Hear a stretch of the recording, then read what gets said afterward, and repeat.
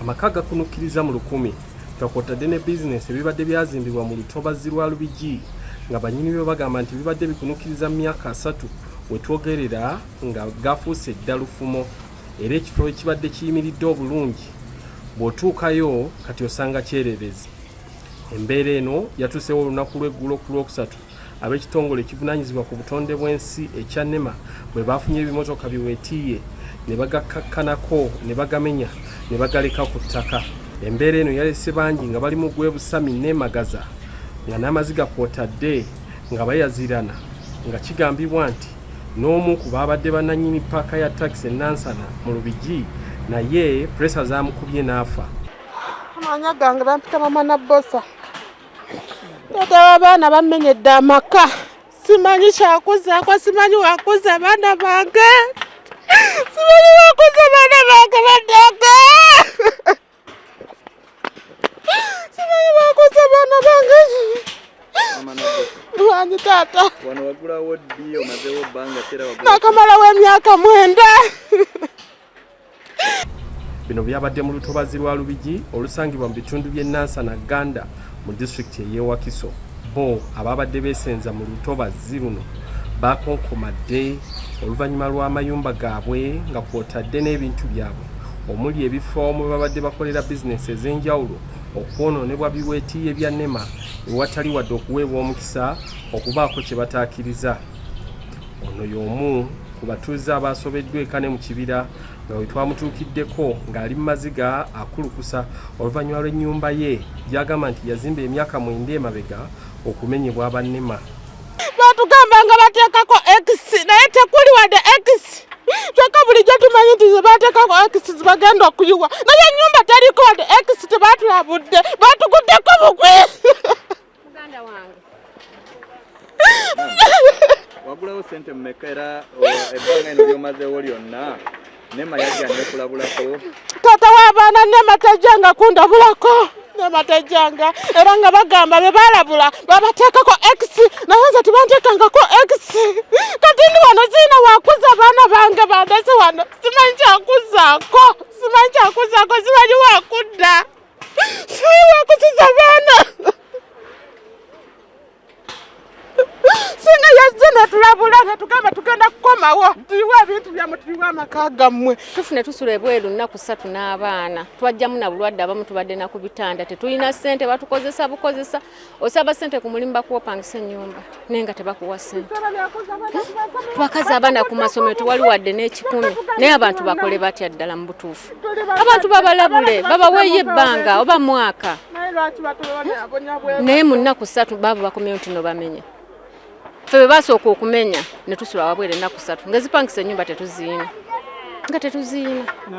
n'abaana nono bebi n'abalala gye bali ku ssomero.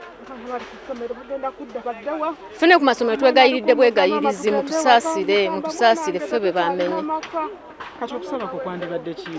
Mukazi wa Tono si ye yekka alaajana olw'ekikolwa kya NEMA n'abalala bangi be twatuuseeko nga nabo ge bakaaba ge bakomba.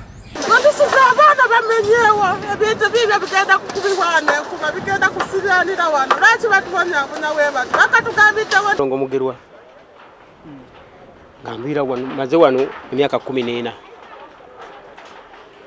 nawulira wiki ewedde nga batasobola okumenya okuva eri kale okusooka mabega amasannyalaze badde bayitamu wano naye nga batuwona nga bo bayita wano bati ne batematema bati ne bagenda ne abajjamu abalimi abazimbyemu awo abalimi erimyemu ne bagenda kabajja twalooza bamasannyalaze gamba obatuka kusomera awo baakoma luli tugamba baze koma wano kati mbadde kyotera yokuba bati we yanguwa nyumba bazimenya tebatufunye wadde kutulabulako konna singa batulabula twandivuddewo mu ddembe naye nga abantu fana basindikiza kati wano nyinawo endagaano 3 yagula naguza omulala nange nengula zonna endagaano nziina naye kati batugobaganyanga abantu ababbi.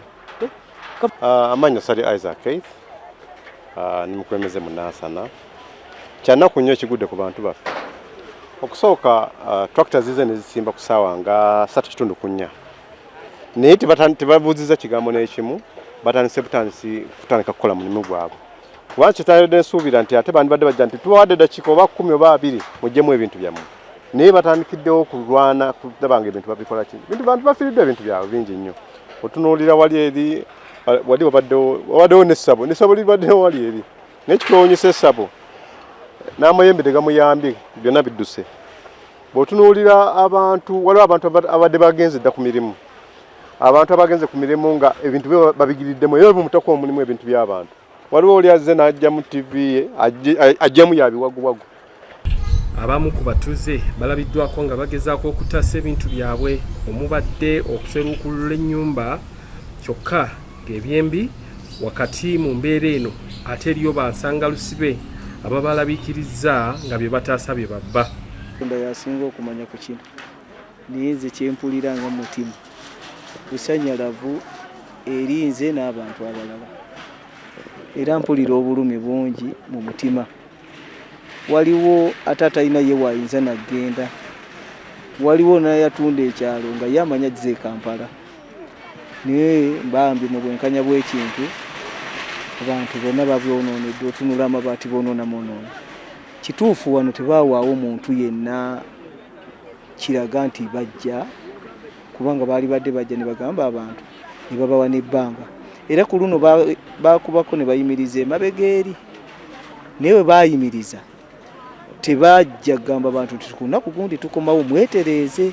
Wabula yo nneme egamba nti bano yabalabula kyokka ne beefuula bannampulira zibi ekivuddemu kwe kubasitukiramu ate ne balyoka bajjukira okulaajana nga lwayabadda. Manya gange nze Meja Joshua Karamagi nkulira Environmental Protection Force Manema and ekikwekweto kino si kipya twabikoze okuva emabega eyo Nema ekoze ebikwekweto naye nga abantu badda buzi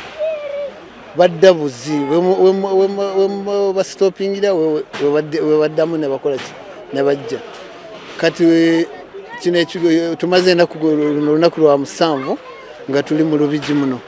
Buli kintu kyonna ekiri mu ntobazi kebe ennyumba food crops ebimera ebyokulya byonna tulina okubijjamu ate ne channels ezisinga zonna tugenda tuziblockinga ze babadde balimyemu okudryinga the wetland kati zonna tugenda tuzijjamu within a week or two bwe tufuna enkuba ojja kulaba nga wonna walimu amazzi. Oli muzadde ng'okyalemereddwa ku ssomero kimu oyinza otwala omwana wo omwaka guno nsonga ki ekyakulemesezza school fees bakusabye nnyingi olugendo lunene ng'ebyentambula bikyakalubye nandi kyonoonya essomero erinaalabirira obulungi omwana wo okuviira ddala ku by'okusoma mu kibiina okuzannya n'okutumbula ebitone ekyokuddamu si kirala ly'essomero lya Prudence Junior School Empoma Mukono lisangibwa ku luguudo oluva e Mukono okudda e Kayunga nga wakayitako mu katawuni k'Ekisowera opposite n'Empoma Girls School. Prudence Junior School liri mu kifo kigazi bulungi era ekisirifu ate nga lirina abasomesa abakugu ddala ebyokwerinda ku ssomero biri gguluggulu ebyentambula babikolako anti emmotoka ezitambuza abaana weeziri essomero lya Dene Boarding nga mu kaseera kano okuwandiisa abayizi kugenda mu maaso awo ku ssomero liwandiisa abayizi okuva ku daycare nursery paka ku P7 ebisale birungi ddala ng'abaana abava ewaka basasula emitwalo 3 gokka ng'ate bo ab'ekisulo basasula emitwalo 6 gyokka. Abaana balya bulungi ne bakeera ku ssomero nga basanyufu. Gwayagala okuwandiisa omwana n'okumanya ebisingawo kuba ku noti 7 noti 1 29 92 38 oba noti 773 noti 62 21. Prudence Junior School tuwa omwana wo tumusomese togenda kwejjusa. Our dear parents, thank you for paying us school fees and we still need your support because education is the key. May God bless